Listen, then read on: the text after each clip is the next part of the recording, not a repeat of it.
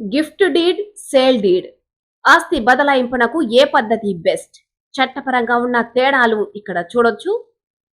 ఏదైనా ఆస్తి బదలాయింపు చేసేందుకు రకరకాల పద్ధతులున్నాయి. ప్రధానంగా సేల్ డీడ్, అయితే గిఫ్ట్ డీడ్ మరో మార్గం. ఈ రెండింటి మధ్య వ్యత్యాసం ఉంటుంది. ఆస్తిని బహుమతిగా ఇస్తే గిఫ్ట్ డీడ్, అమ్మితే సేల్ డీడ్ అన్నమాట. ఈ రెండింటి మధ్య చట్టపరంగాను తేడాలుంటాయి. స్టాంపు డ్యూటీలోనూ వేరువేరుగా ఉంటాయి. రెండింటి మధ్య చట్టపరమైన, ఆర్థికపరమైన తేడాలను తెలుసుకోవడం ప్రధానం. తప్పుడు నిర్ణయాలు తీసుకుంటే భవిష్యత్తులో సమస్యలు రావచ్చు అంటూ ఇప్పుడు మనకు వార్త చూడొచ్చు. గిఫ్ట్ డీడ్, సేల్ డీడ్ మధ్య తేడా ఒకసారి చూడండి. ఇక అంశం ఆస్తి బదిలీకి సంబంధించి గిఫ్ట్ డీడ్ లో ఉచిత బదిలీ జరుగుతుంది. అదే సేల్ డీడ్ లో అయితే విక్రయం ద్వారా జరుగుతుంది.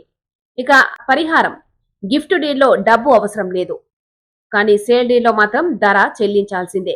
స్టాంపు డ్యూటీ గిఫ్ట్ డీడ్ లో బంధువులకు తక్కువ, సేల్ డీడ్ లో పూర్తి శాతం వర్తిస్తుంది. ఇక మూలధన పన్ను గిఫ్ట్ డీడ్ లో చూసుకున్నట్టయితే సాధారణంగా ఉండదు, కానీ సేల్ డీడ్ లో మాత్రం వర్తిస్తుంది. ఏది ఉత్తమం అంటే ఇక గిఫ్ట్ డీడ్ చూసుకున్నట్లయితే బంధువులకు ఇవ్వడానికి ఇది ఉత్తమంగా చెప్పుకోవచ్చు. అదే సేల్ డీడ్ ద్వారా ఇతరులకు అమ్మడానికి ఉత్తమంగా పరిగణించాలి.